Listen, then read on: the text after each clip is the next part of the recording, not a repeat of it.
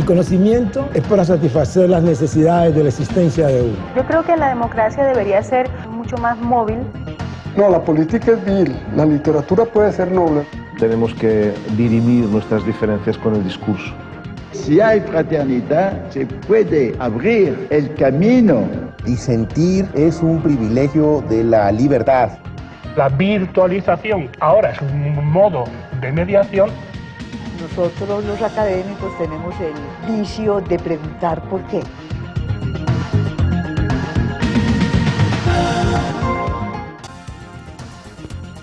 Bienvenidos a esta nueva cita con la fuerza de los argumentos.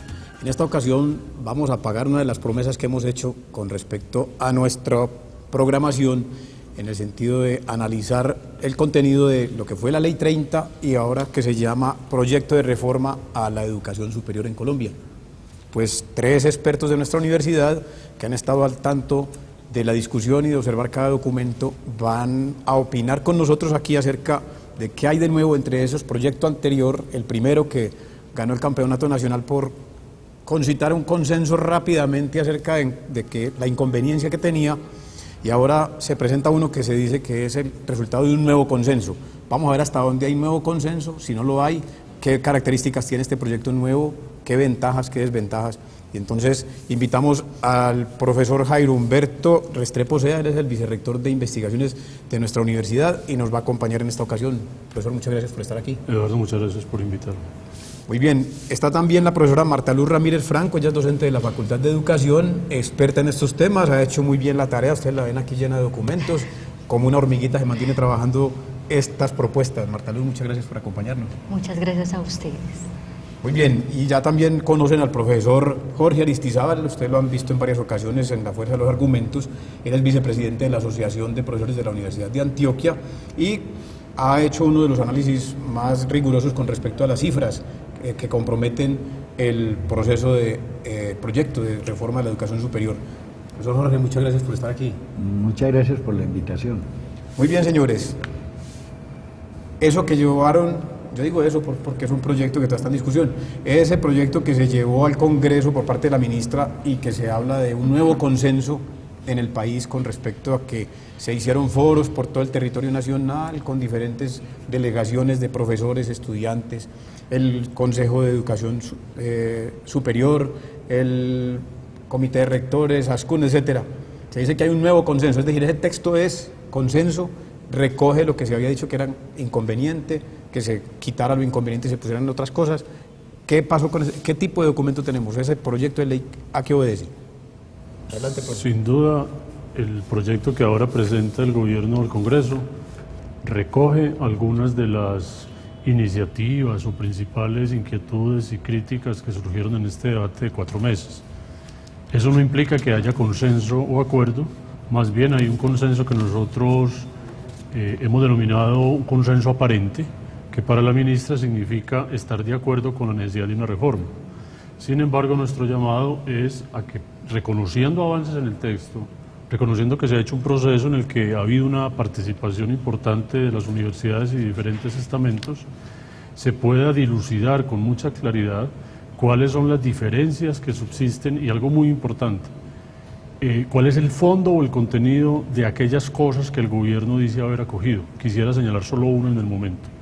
Uno de los primeros puntos que pusimos en la discusión desde la Universidad de Antioquia y en el marco de la discusión con ASCUN y el sistema universitario estatal es que la ley reconociera un sistema de educación superior, cosa que la Ley 30 tampoco hacía. La Ley 30 buscaba organizar la educación superior y el gobierno había cambiado en el texto inicial el objeto de la ley de organizar la educación superior por regular la educación superior o el servicio de educación superior. Nuestro llamado fue a mantener como verbo el organizar, dado que él significaba concebir un sistema con unos actores, con unas relaciones, etcétera, y el gobierno lo ha acogido cuando dice proyecto de ley por el cual se organiza el sistema de educación superior y se regula la prestación del servicio, dándole el título, al primer título de Sistema de Educación Superior. Ahora bien, lo que no podemos nosotros es decir, perfecto, ya el gobierno acogió nuestra iniciativa. Lo que sigue es una discusión muy profunda sobre el contenido que hay en la idea de tener concebir y organizar un sistema de educación superior. Y las características son o no sistémicas. Profesora. Yo considero que ese sería uno de los aspectos más problemáticos que podríamos identificar en esta nueva formulación del proyecto, porque no alcanza todavía a constituirse como un sistema de educación superior. En un análisis comparativo que nosotros pudiéramos hacer sobre lo que es el sistema de educación superior en Europa, para el espacio europeo de educación superior, por ejemplo, o para lo que es para la clasificación normalizada de la UNESCO en relación con la educación superior, o incluso estudiando modelos de algunos países latinoamericanos, entre ellos el brasilero, encontramos que existe una clara diferenciación entre lo que es el sistema de educación profesional y el sistema de educación superior. Aquí en Colombia, y desde la Ley 30, podríamos señalar que lo que se denomina o lo que se nombra como sistema de educación superior está incluyendo a la educación profesional, y ahí entonces aparecen unos asuntos problemáticos que explicarían por qué las universidades como instituciones de educación superior dentro de la actual propuesta resultan siendo invisibilizadas en relación con otro tipo de instituciones, porque cuando se habla de manera genérica sobre instituciones de educación superior, la universidad queda subsumida dentro de esa denominación y no queda clara exactamente su naturaleza, su definición. Sí. Muchas gracias, profesora. Profesor Jorge. Para mí no hubo ningún cambio sustancial en el proyecto inicial presentado por el gobierno en el 11 de marzo al que presentó el pasado 16 de julio. Los aspectos centrales, después de que se dice que hay mucho consenso, en financiación no hay efectivamente nada. En autonomía, los rectores están que lanzan su propio proyecto de ley estatutaria. En crédito educativo, nada cambió, se refuerza.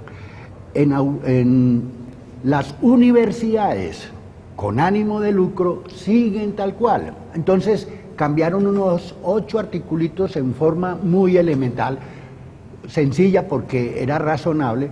Por ejemplo, que no se suprimen o acaban los consejos académicos, siguen vigentes, que los doctorados no los pueden brindar sino universidades acreditadas institucionalmente, eso obvio, era obvio, lo aceptaron, que se les diera 8 años a las universidades estatales para mantener su no denominación de universidades y no pasaran a ser instituciones universitarias o técnicas, ¿cierto? 8 años para reforzar el profesorado o vincular cada profesor nuevo con título de magíster, porque no hay plata para pagar magíster en las universidades. Cosas, yo diría, son 7 o 8, no más, de un articulado de 172 ítems, 172 artículos, después de un proceso que la misma ministra dice significó recoger 140.000 intervenciones a través de la página del Ministerio, Colombia Aprende y las otras que para el efecto se montaron, y unas, en resumen, 400 sugerencias nuevas, más que cualquier articulado, y no recogieron sino 8. Pero en esencia, la financiación sería igual, es decir, desfinanciación. La autonomía, acabar definitivamente con la autonomía universitaria porque se extiende a todas las instituciones de educación superior. Democracia ni hablar, mantener el antidemocrático y procentralista Consejo Superior Universitario de afuera, y concedió cosas mínimas para, como lo dicen ellos, mostrar un aparente consenso, pero consenso no hay y se está discutiendo en el SUBE si se, como hizo la Federación el día de ayer y saldrá publicado, recientemente la Federación lo hizo, y se está debatiendo en el SUBE por información que tenemos directamente del representante profesoral al SUBE, que están discutiendo un comunicado de rechazo profundo al proyecto finalmente inscrito en el Senado de la República. Bueno, según esos puntos de vista, entonces, ¿el debate está en la misma o no? No, yo creo que le perdieron. Yo creo que el debate está en curso y se ha concluido en la primera etapa, donde el gobierno pudiéramos reconocer lo que quiso fue llevar al Congreso un proyecto de ley que recogiera diferentes opiniones o propuestas, pero el debate en serio apenas se inicia, y se inicia en el marco de la discusión en el Congreso, en donde la clase política y toda la sociedad deberá ser sensible a participar de esta discusión y muy importante, quiero insistir, en darle fundamento a ella. El llamado grande que siempre se le hizo al gobierno era encontrar referentes, darle mucho fundamento a los temas. Y francamente yo pensaría que de todos modos en estos 4 meses, luego de la propuesta original, hacia el cierre de esta primera etapa, el gobierno dio algunos pasos adelante, como cuáles. Si bien la financiación sigue siendo muy pequeña, está dispuesto a incrementar la base presupuestal del sistema a partir del año entrante y no de manera gradual como se había establecido. Eso no es cierto. Sí es cierto. Está en el artículo 148 del proyecto establece que los recursos adicionales que se dan desde el 2012 al 2022, en 2 etapas, 2012, 2015, 2015, 2022, del 3% anual, por 2 billones son 66 mil millones, 32 universidades y a 2 mil millones de pesos. No establece que no crean base presupuestal. Ahí está el proyecto, artículo 148. Eso es lo que presentó el gobierno. No crean base presupuestal. O sea, no adiciona base presupuestal. Sí, la diferencia está en que no se le entrega de manera directa a cada institución. Y además se le entrega al ministerio, no se entregan a las universidades. Correcto, eso sí es cierto, pero sí constituye base presupuestal. Entonces el gobierno había iniciado diciendo que sería el 1% en 2012, el 2% en 2013 y 3% a partir de 2014. ¿Qué hace?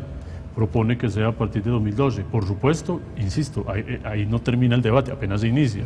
¿En qué sentido? No, es que eso no se puede entregar al ministerio para que lo distribuya entre las instituciones, no solo entre las universidades, sino todas las instituciones.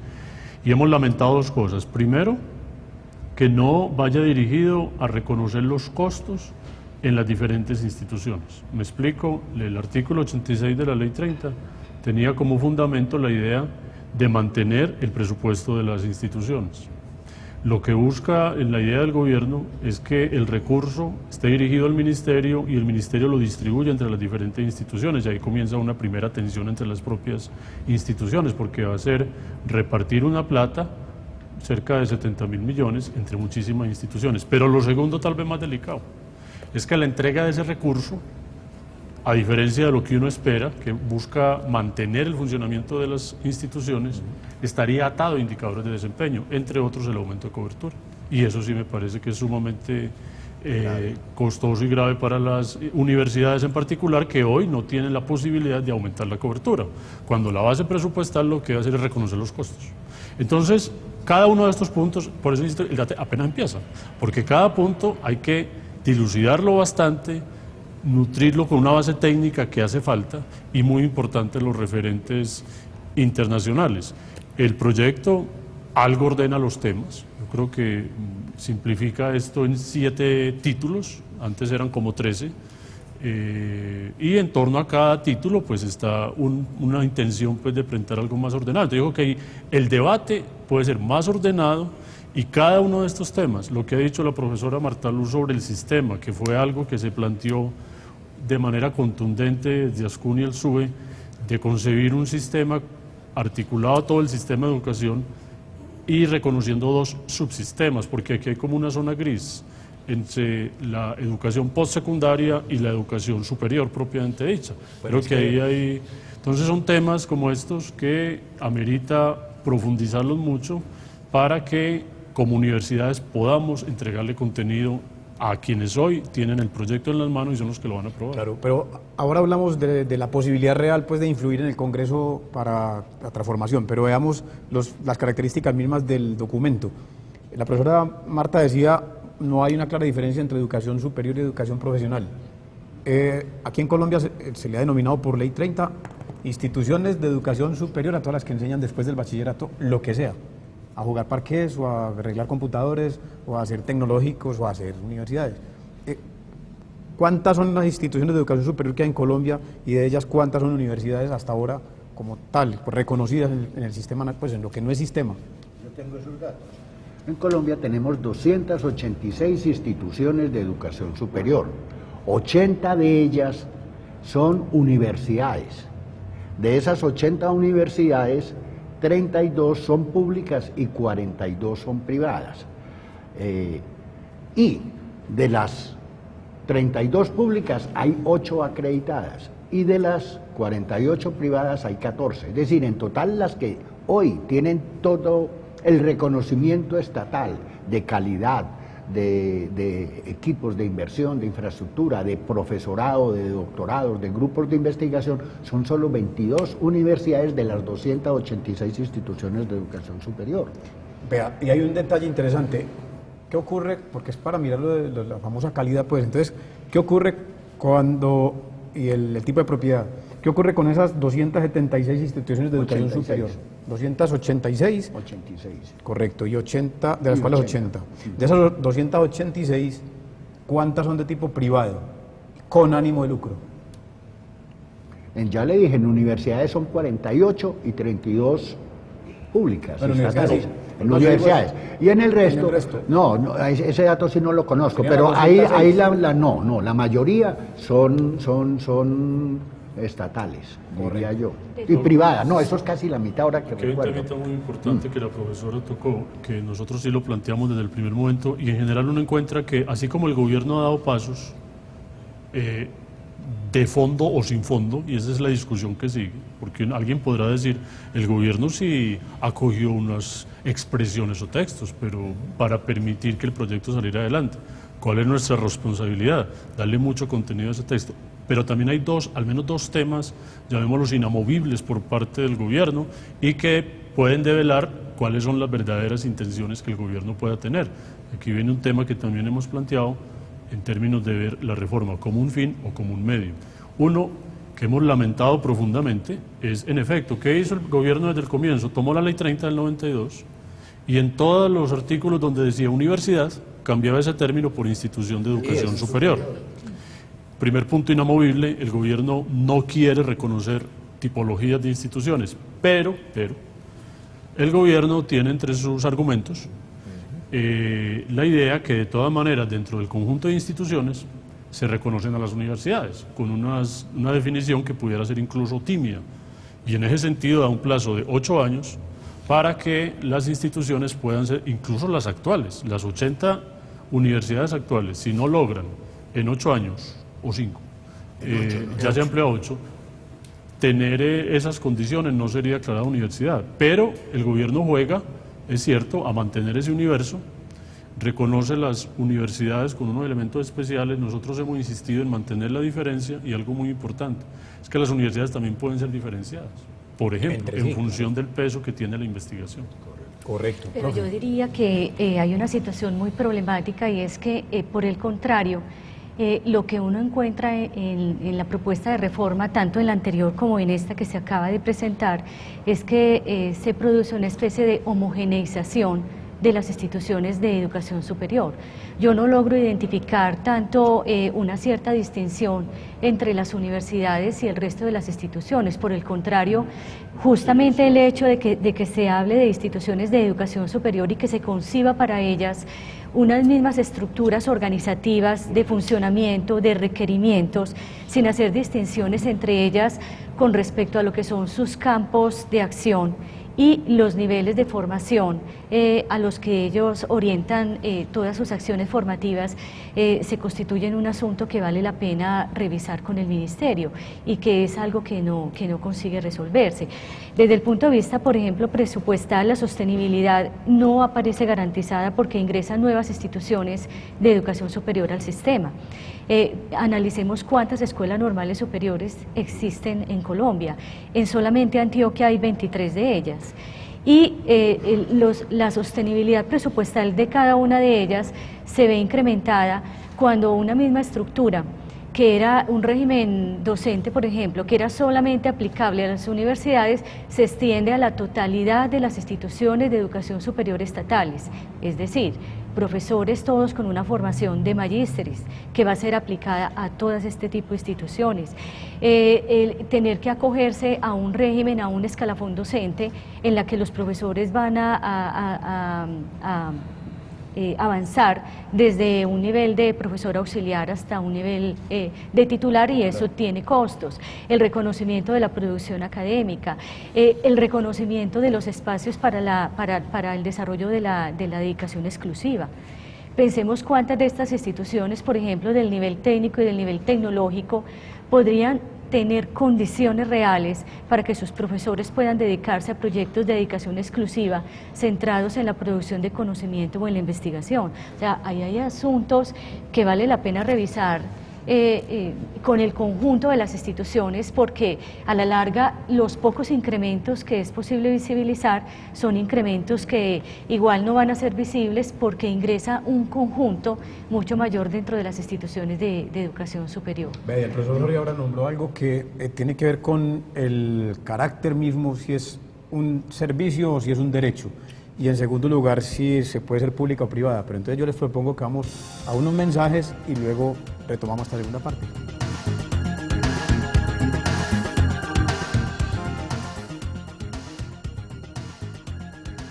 Estamos en la fuerza de los argumentos considerando el proyecto de reforma a la educación superior.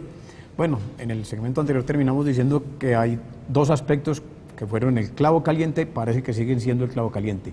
Primero, ¿la educación superior es un servicio o es un derecho? Y segundo, ¿puede o no haber ánimo de lucro? Profesor Jorge. Yo quiero partir del origen de todo este problema. Hace 2 años, en el último gobierno, el año del gobierno de Uribe, los rectores unánimemente de las universidades públicas estatales firmaron un documento al presidente, al Ministerio de Hacienda, al Senado, solicitando auxilios, incrementos, porque las universidades estaban languideciendo y iban a declararse en quiebra la mayoría, alto endeudamiento. UDA 58.000 millones de pesos hoy en día, para decir algo.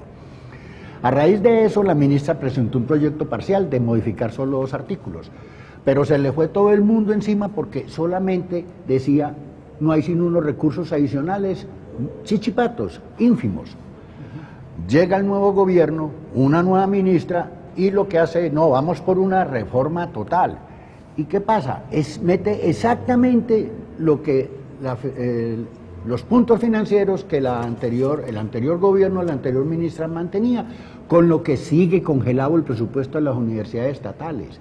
Hay unos recursos adicionales ridículos para las responsabilidades que tienen las universidades públicas. No aumentan la base presupuestal y yo pido que se revise el artículo 148 donde se es tajante de que no constituye nueva base presupuestal y se dan por una sola vez. Pero la ministra, ¿por qué al sustentar previamente pues en el Congreso, al presentar el proyecto, dice, señores, y va a haber también una nueva inversión de las regalías, el 10% en investigación eso hace y otra parte, parte? pero eso hace, mire, es que si juntamos cosas, vamos a firmar el TLC, pues ya aquí se formó y se aprobó hace 5 años, bienes para Estados Unidos. El capítulo de venta de servicios educativos del TLC le permite la inversión en venta de servicios educativos a todo nivel, incluso hasta la educación permanente para adultos y adultos mayores, ¿cierto? El preescolar es el único que no quedó en el TLC. ¿Y qué exigen? Comercio transfronterizo, es decir, educación virtual. Consumo en el extranjero, la transferencia de profesores, estudiantes, la internacionalización, y ahí está en el proyecto, lo que pide el TLC. La presencia física, universidades privadas con ánimo de lucro, se establecen sus artículos en corporaciones, fundaciones sin ánimo de lucro, con venta de acciones, etcétera, etcétera, y toda la normatividad de las empresas privadas, comerciales, entidades comerciales. Y presencia física de personas, visitas de estudiantes, profesores e investigadores norteamericanos. Eso se estableció con base en el trato nacional. No puede haber ninguna diferencia entre una universidad colombiana y una universidad extranjera. Eso es trato nacional, eso está pactado en el TLC. Entonces, si las universidades públicas reciben dinero del Estado, ellas también, y lo están pidiendo.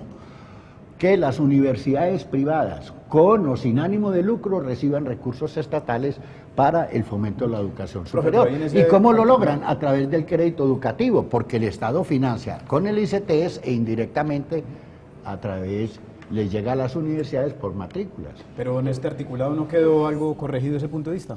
No, sigue. Oigo yo que no cambió en lo sustancial porque financiación, autonomía, crédito educativo, democracia y gobierno universitario no cambiaron para nada. Pero hay un artículo, me pareció, no sé exactamente si estaba, pero yo ayer cuando estaba repasando el texto encontré en uno de ellos que dice que hay un tope para la universidad privada con ánimo de lucro, es decir, el Estado no podría invertir en la con ánimo de lucro. No, el tope, mire, el tope es demagógico. Hasta el 10% de la matrícula. Hombre, el tope es demagógico, que aquí no puede haber una universidad privada con ánimo de lucro que tenga más del 10% de la población estudiantil colombiana. En Colombia la ministra reconoce 1.600.000 estudiantes universitarios. 160.000. Entonces ninguna universidad privada norteamericana va a tener 160.000 nunca, eso las dividen en 20 universidades de 8.000.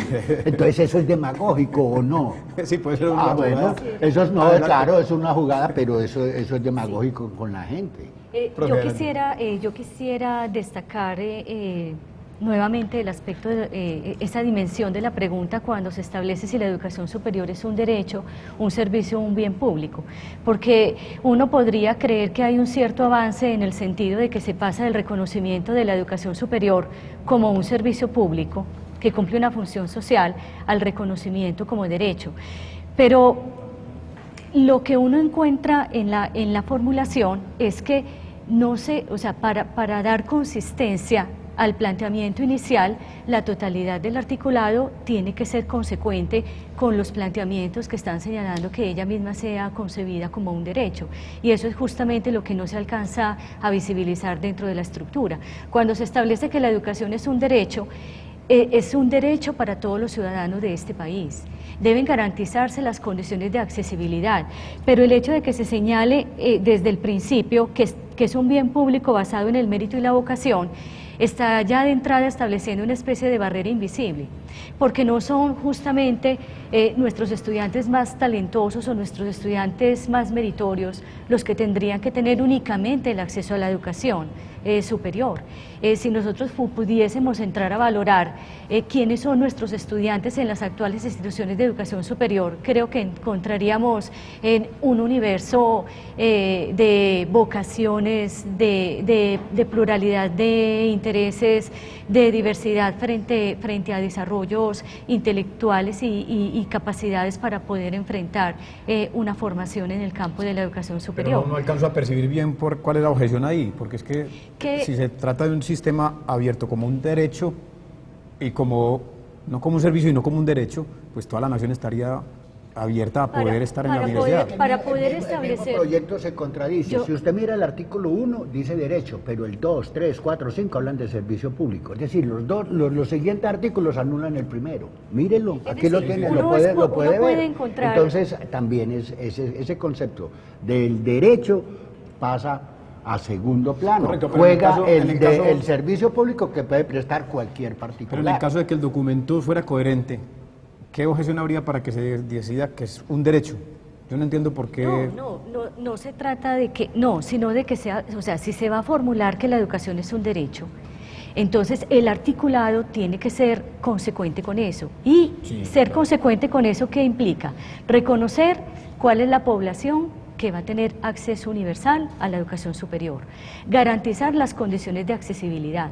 Garantizar las condiciones de accesibilidad implica determinar, por ejemplo, para poblaciones de estratos 1, 2 y 3, cómo se garantiza a través del ingreso a la educación superior estatal, que es la que puede financiar la formación de estos estudiantes, su ingreso, determinar las condiciones dentro de lo cual se hará.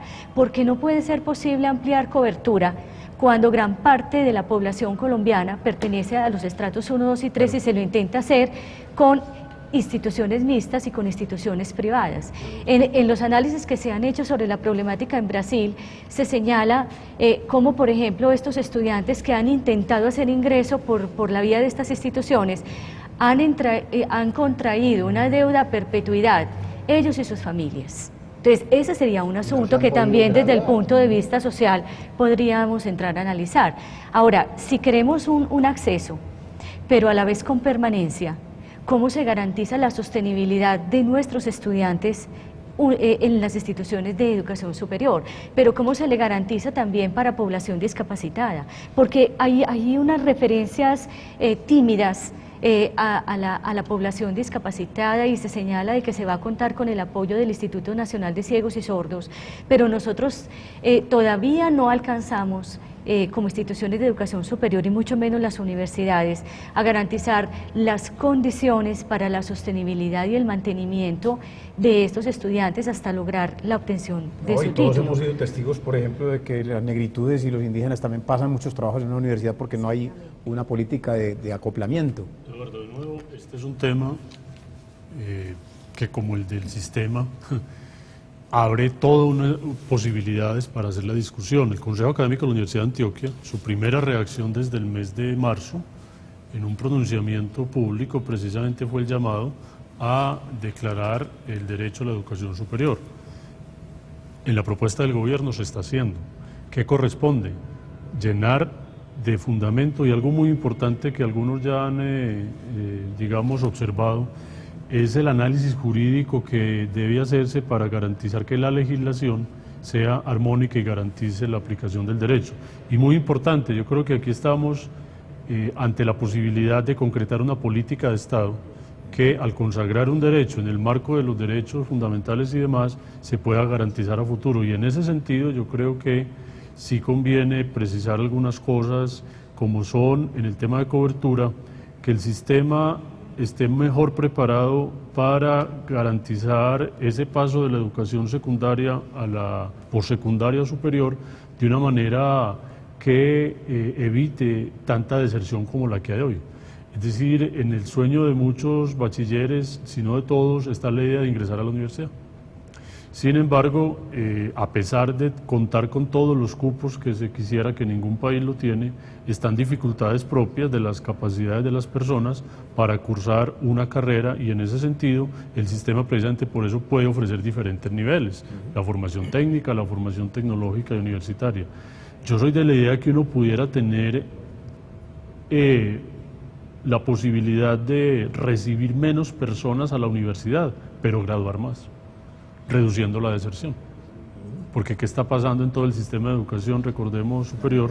Que la mitad se gradúa, y en parte es precisamente porque el sistema no está preparado para seleccionar bien a las personas, de manera que sus capacidades, su vocación, su interés, además de las condiciones que requiere para permanecer en la universidad, pudieran llevarlo luego a salir de la universidad. De allí que, yo no dudaría, el país requiere fortalecer bastante la formación técnica y tecnológica, pero es fundamental hacer una mejor selección, ¿sí?, en donde entra la persona. Sobre el tema del ánimo de lucro, hemos sido sumamente enfáticos en la universidad que, a diferencia de lo que el gobierno plantea, me parece una falacia, que el ánimo de lucro puede ser una fuente de recursos. Nosotros hemos escuchado que la ministra dice: nunca antes había tantos recursos para la educación superior, nunca como ahora. Pero no es suficiente, y por eso llamamos la inversión privada. ¿Cuál es nuestro punto para la ministra? Más que un mecanismo o una fuente de recursos, el ánimo de lucro es un mecanismo de absorción de recursos, es una aspiradora que va buscando dónde instalarse para obtener rentabilidad. Y esto puede conducir a lo que llamamos en economía una segmentación de la oferta y un descreme del mercado, que lleve a ubicar las instituciones con ánimo de lucro en las carreras más rentables, digamos de bajo costo, y acaso en unos nichos de población de clase media, baja, donde vía crédito o ingresos familiares pues estamos allí haciendo unos pagos más módicos. Mientras las demás instituciones, preocupadas por un desarrollo integral de las profesiones y por garantizar el acceso a la población más pobre, digamos, profundizarían su financiación, claro, su crisis de financiación. Y además contando con que, desde el punto de vista de volverlo un mercado de libre comercio y con ánimo de lucro, también entra otro dispositivo, que es el de la publicidad. Por ejemplo, en Estados Unidos, el grupo de Harvard, del doctor Howard Gardner, publica un libro que se llama Buen Trabajo, y demuestra cómo en Estados Unidos los prestigios y desprestigios de las ciencias de todo tipo, sociales, humanas, naturales, etcétera, van por épocas. Y esas épocas coinciden también con un trabajo propagandístico, más bien publicitario, durante las épocas, por ejemplo, que llevaron a sustituir en un tiempo las ingenierías por la salud por las electrónicas, y ahora estamos en las nanociencias. Es decir, todo eso viene acompasado. Si eso se vuelve privado y con ánimo de lucro, pues el aparato publicitario lo van a meter muy duros para donde quieren que vaya. Es decir, se va a decir que eso es lo que necesita el país y va a tener otro carácter. Pero hay una pregunta. Y en ese sentido quiero cerrar. Entonces, el ánimo de lucro lo que haría, en el peor de los casos para el país y para las instituciones existentes hoy, es absorber los pocos recursos que alcanza a poner la reforma. Claro. Con respecto a la deserción, yo quisiera dar unos datos que la profesora Marta Luz mencionó ahora. En Estados Unidos, y más o menos esas cifras se mueven en Brasil, pero comprobado para el año 2010, la deserción en las universidades estatales, que son muy buenas universidades, es del 45%, se gradúa solo el 55%. En las universidades privadas sin ánimo de lucro, la deserción no es sino del 35%, es decir, gradúa más gente las sin ánimo de lucro. Pero la deserción en las universidades privadas con ánimo de lucro, que son la mayoría, 1.100 de 1.600 totales, la deserción, óigase, es del 75 al 78%. Es decir, una estafa. El pobre muchacho. ¿A los costos o a la calidad? A la baja calidad, a los costos, a ambas cosas conjuntamente, y a la situación económica de esas poblaciones que se ven obligados a ir a las universidades privadas con ánimo de lucro. Se endeudan con crédito educativo, que es lo que está montando el gobierno, y nunca se gradúan, o sea, son estafados, y pues siguen pagando de por vida su deuda. Y con respecto aquí a las universidades con ánimo de lucro, vemos el juego que se montó en Brasil, que se montó hace muchos años en Chile, que también se planteó en Alca. Quieren es imponer el modelo que se está expandiendo en el mundo, es que es una tendencia. En Francia eran las universidades 100% estatales, ya no, ya son 98%, ya abrieron el boquete, ¿cierto? En Estados Unidos ya son minoría las unidades estatales, cuando hace 15 años eran todas públicas. No, y unas cuantas privadas, fuertes públicas y unas cuantas privadas. Bueno, pero el detalle es que comúnmente le preguntan a uno, bueno, pero si aquí en Colombia ha habido universidades privadas por montones y vea que son muy fuertes y son muy grandes, no son con ánimo de lucro. Son sin ánimo de lucro. Correcto, esa es la claridad que hay que hacer. ¿En qué consiste el no ánimo de lucro en ese sentido? ¿La institución tiene utilidades y la reinvierte? Una de las razones para el gobierno reformar y era cumplir el requisito para que no hubiera ningún tapujo, muro a la inversión extranjera en educación, ¿cierto? Que exige el TLC, era eliminar la restricción que en Colombia la educación superior no la podían dar, sino las universidades estatales o las universidades sin ánimo de lucro. En Colombia por ley no pueden existir universidades con ánimo de lucro. El gobierno las introduce para cumplir una de las exigencias del TLC, así de sencillo, y las establece con todas las garantías, las formas jurídicas, las áreas del conocimiento, incluso haciendo que el Findeter les preste plata para compra de instalaciones y modernización, y si no pueden pagar, entonces que el Fondo Nacional de Garantías del Estado pague las deudas. Bueno, una locura. Sí, hay que entrar, se favorece la penetración del capital privado, y van a invertir recursos al Estado en el crédito educativo, en el Findeter, en el Fondo Nacional, en el subsidio a los créditos educativos para los estratos 1, 2 y 3 que se aprobó en el Plan Nacional de Desarrollo, donde ya destinaron 300.000 millones de pesos, Plan Nacional de Desarrollo, para a los estratos 1, 2 y 3 no pagan intereses sobre la deuda del crédito educativo, pagan ese el capital, el Estado financia. Entonces, esa plata, ¿por qué no la entregan a las universidades en vez de entregar a los privados o al crédito educativo? Eso es lo que en últimas en la federación pedimos. Aquí hay un matiz que considero importante.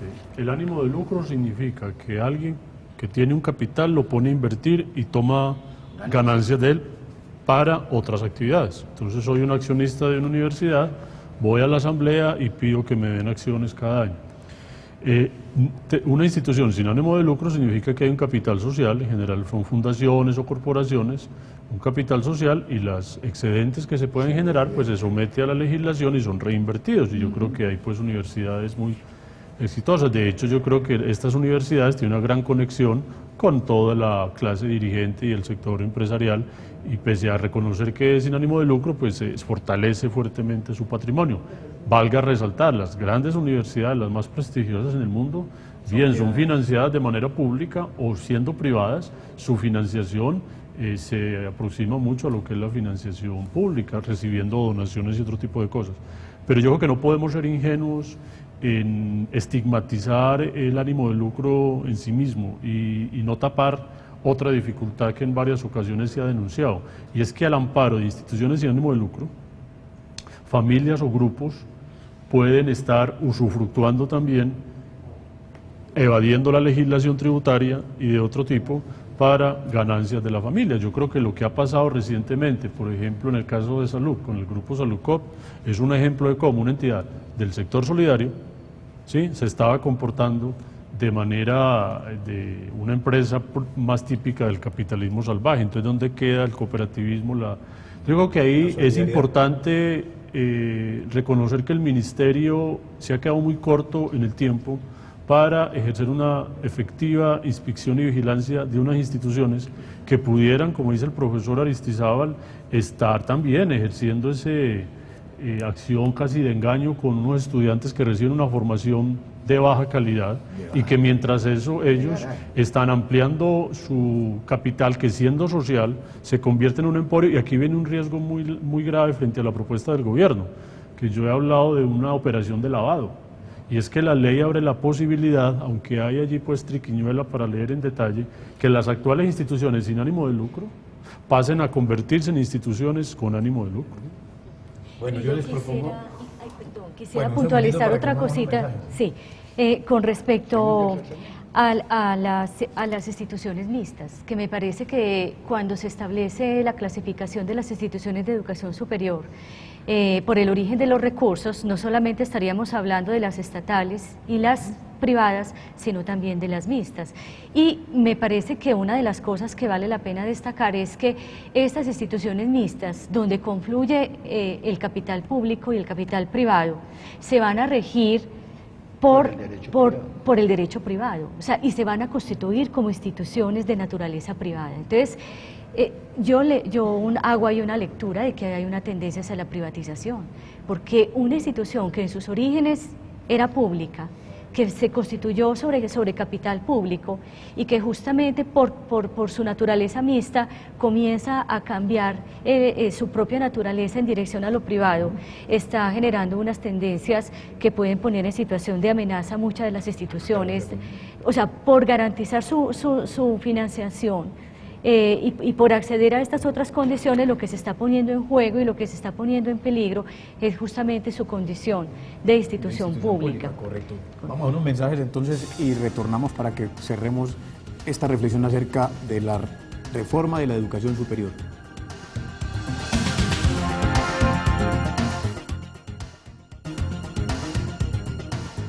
Saber para decidir y argumentar para saber. Es lo que estamos haciendo en La Fuerza de los Argumentos. Hoy con el tema de la reforma de la educación superior. Bueno, volvemos al inicio.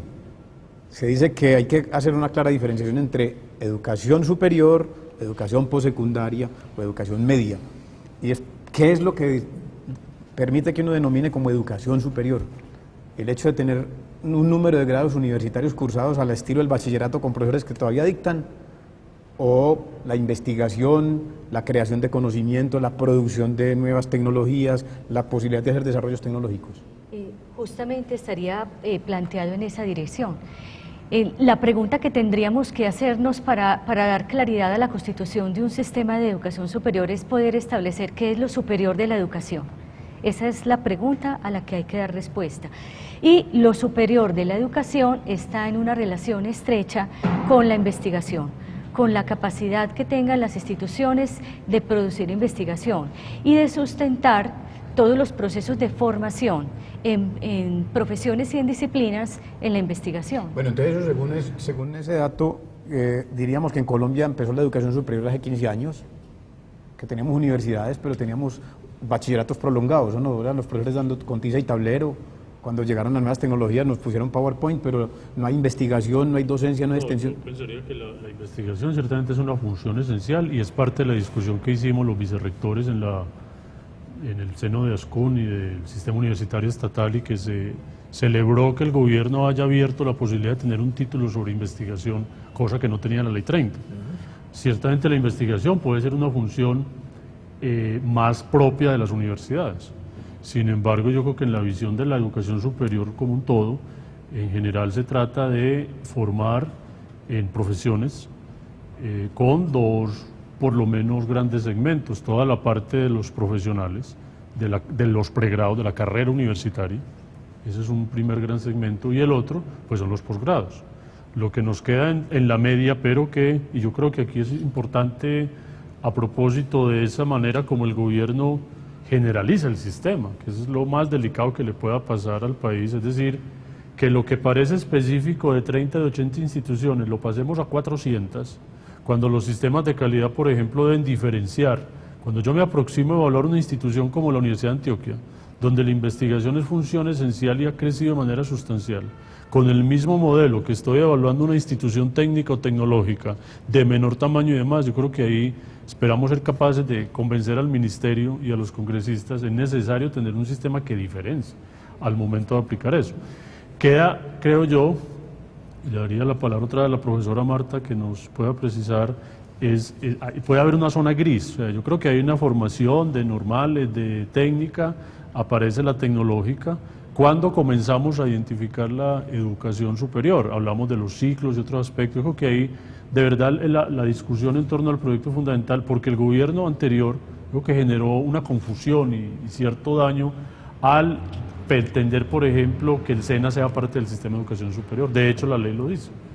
Y muchos consideran de manera radical que el SENA no es parte de un sistema de educación superior. Se articula al sistema de educación superior, en tanto está formando para el trabajo y está más ligado al tema de las empresas. Si se abriera la oportunidad de ese posbachillerato, esa posecundaria antes de la educación profesional, estoy seguro de que ocurriría lo mismo que en muchos países, es que se desestimula el mito aquel de que todo el mundo tiene que estar en la universidad para conseguir un trabajo. Uno diría, la universidad, van a una buena profesión, aprenden a pensar un poco más allá de la tarea, pero solo aquellos que van a dedicarse a la investigación pues podrán decir que quieren nivel universitario prolongado, maestrías, doctorados. Una pirámide, y mucha gente que termine su técnica y su tecnológico puede salir a disfrutar un salario, pero en Colombia piden en la hoja de vida, en todos los empleos, título universitario. Para llegar a un empleo, por ejemplo, contaduría, pues es que eso lo puede, para llenar los libros de contabilidad no necesita ser un profesional de la contabilidad, puede ser un técnico. Ahora, el pensador de la contabilidad y el contador propiamente dicho, el estratega es uno, pero van a necesitar muchos auxiliares. Entonces, ese estímulo al mito del título universitario perjudica mucho porque hace la presión sobre el sistema universitario como tal. Y la gente no está con claridad sobre eso, sino que piensa que si no tiene acceso, lo están discriminando. Y esa discusión, considero yo, es de las más esenciales. No se ha dado en el marco de lo que se quiere como país en materia de cobertura. El gobierno dice que quiere aumentar una cobertura incluso en un periodo muy corto, de 4 años, que ya son 3, del 37 al 50%, es decir, 650.000 nuevos cupos. Si eso se va a hacer como lo hizo el gobierno anterior, echándole mano al SENA, es posible, incluso con mucho uso de las TIC, pero viene la reflexión sobre la calidad. Y algo muy importante, ¿cuál es el ciudadano que queremos con una mejor educación, llámese técnica, tecnológica o profesional, y con una mejor, digamos, pertinencia frente al trabajo? Creo que ese tema es crucial porque no hay todavía gran debate frente a él. Un poco, ¿cuál es la educación superior que el país requiere? Correcto, profe. Yo quisiera, en días pasados, en el Comité Ejecutivo de la Federación Nacional de Profesores Universitarios, ya con todos los documentos, el primer borrador, el segundo, el que se oficializó en el Congreso, los proyectos presentados por los rectores del SUBE, los 2 proyectos de ley estatutaria de autonomía, analizamos ambas propuestas, tanto la gubernamental como la de los rectores, y vemos que hay más acercamiento en la propuesta con los rectores con respecto a financiación, autonomía, gobierno universitario, democracia, aunque en el crédito educativo ceden, etcétera, que la propuesta gubernamental. Y el comité produjo un comunicado nacional llamando a todos los profesores de las 32 universidades públicas, donde hay filiales y gremios afiliados como la Asociación de Profesores, a rechazar contundente y tajantemente ese proyecto de ley por lo necivo contra las universidades públicas nuestras, Nosotros no vamos a hablar de las instituciones de educación superior, ni estamos metidos en las áreas técnicas o tecnológicas, porque no es, o en el SENA, por ejemplo, o en las normales superiores. No, nosotros estamos obrando a nombre de 32 universidades públicas que no quieren desaparecer, porque hasta ahora solo hay 8 acreditadas, y a la larga, si no hay más plata, esas restantes no pasan a ser instituciones tecnológicas tipo SENA. Correcto. Y eso sería nefasto para este país. Entonces estamos en estado de alerta. Vamos a discutir foros, encuentros, reuniones, va a haber reuniones de representantes profesorales a Consejo Superior y Académico en Bogotá, liderado por el representante al Consejo Superior de la Universidad Nacional, que tiene posición clara sobre esto, encuentros, un foro internacional con las experiencias brasileña, chilena y norteamericana, esperamos hacer en los próximos días. Es decir, se abrió un espacio de debate y discusión donde el estudiantado, hay que tenerlo en cuenta, y va a jugar y bastante ¿cómo en esta lucha. ¿Cómo garantizar una acción efectiva en relación con el Congreso cuando de todas maneras allá es un lugar cerrado? Y el proceso va siguiendo lo de siempre, los micos, las influencias, los intereses. Y la unidad nacional, que es una aplanadora. Correcto. Van a montar eso. ¿Cómo garantizar que la universidad sea atendida y que los estudiantes y los profesores logren hacer una movilización? Lograr lo que está haciendo los estudiantes hoy en día, si ya he leído las noticias, 1 millón de estudiantes en las calles pidiendo cambio absoluto a ese régimen, donde usted vio el último artículo el domingo pasado, el domingo de ayer. En Chile está la población, el estudiantado de bachillerato y universitario rechazando el modelo que Santos quiere montar en Colombia.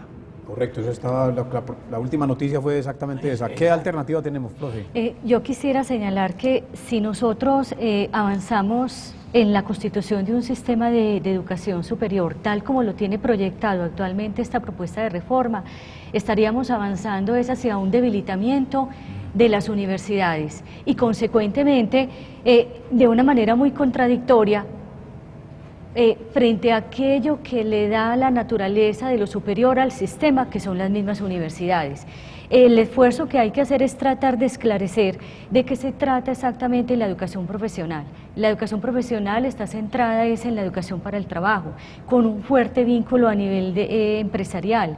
Ella misma contempla sus propios niveles de especialización dentro de la formación técnica y la formación tecnológica. Hace falta una política aquí en Colombia que consolida la educación profesional, que la articule a la educación media y que sea capaz de establecer articulación con la educación superior. Por su parte, la educación superior necesitaría otro tipo de normatividad donde ella pueda definir los elementos de política que pueden entrar a ofrecer el mayor fortalecimiento de las instituciones de educación superior como lo son las universidades estatales y privadas, y estaría prácticamente orientado sobre toda la actividad de investigación, de producción, de las posibilidades para la publicación y para la producción de revistas científicas, los diálogos con los pares internacionales. Indudablemente que las relaciones con la empresa en las universidades es esencial, pero más esencial todavía con los grupos de investigación, con los grupos de producción científica a nivel internacional. Correcto, muchas gracias, profesor. Yo creo que al concluir una primera etapa de preparación de un proyecto de ley que el gobierno presenta, se abre una segunda etapa donde es fundamental una mayor participación muy efectiva en la deliberación. Yo estoy de acuerdo con una movilización pacífica que más que nada parta de defender la universidad pública a través del trabajo, de la seriedad y de la presentación de argumentos, que yo creo que es ahí donde tenemos que hacer fuerza a la universidad, los estudios que tengamos, de hecho le decíamos a la ministra, la reforma debe definir una línea de base que nos diga cuál es la realidad de la educación superior hoy en términos, por ejemplo, de número de cupos, de capacidad instalada y demás. Por lo tanto, una movilización pacífica que parta de defender la universidad pública con nuestro trabajo diario, con nuestros argumentos, y creo que las directivas universitarias mantenemos el compromiso, la responsabilidad de, a través de los medios de comunicación, de los diferentes espacios de opinión, buscar sensibilizar a la ciudadanía y a la clase política. No olvidemos que estamos en un año electoral y que la clase profesional más que la clase media, es la que en buena medida constituye los grandes, digamos, electores de este país, y estamos en un año clave donde desde la región yo creo que se puede incidir de manera muy efectiva para que el proyecto avance hacia la consagración de una política de Estado en educación superior. Muy bien, señores, el tiempo se nos agotó, pero tenemos que prometer de nuevo que volveremos con el tema a la fuerza de los argumentos. Y ojalá con un mejor proyecto, ¿no? Con un proyecto más decente en el Congreso. Señores, muchas gracias por la compañía en este programa, muy amables. Y a ustedes hasta la próxima ocasión en La Fuerza de los Argumentos. Recuerden que este es el programa de la Rectoría de la Universidad de Antioquia, que se hace en el estudio de televisión de la propia universidad. Hasta la próxima y muchas gracias.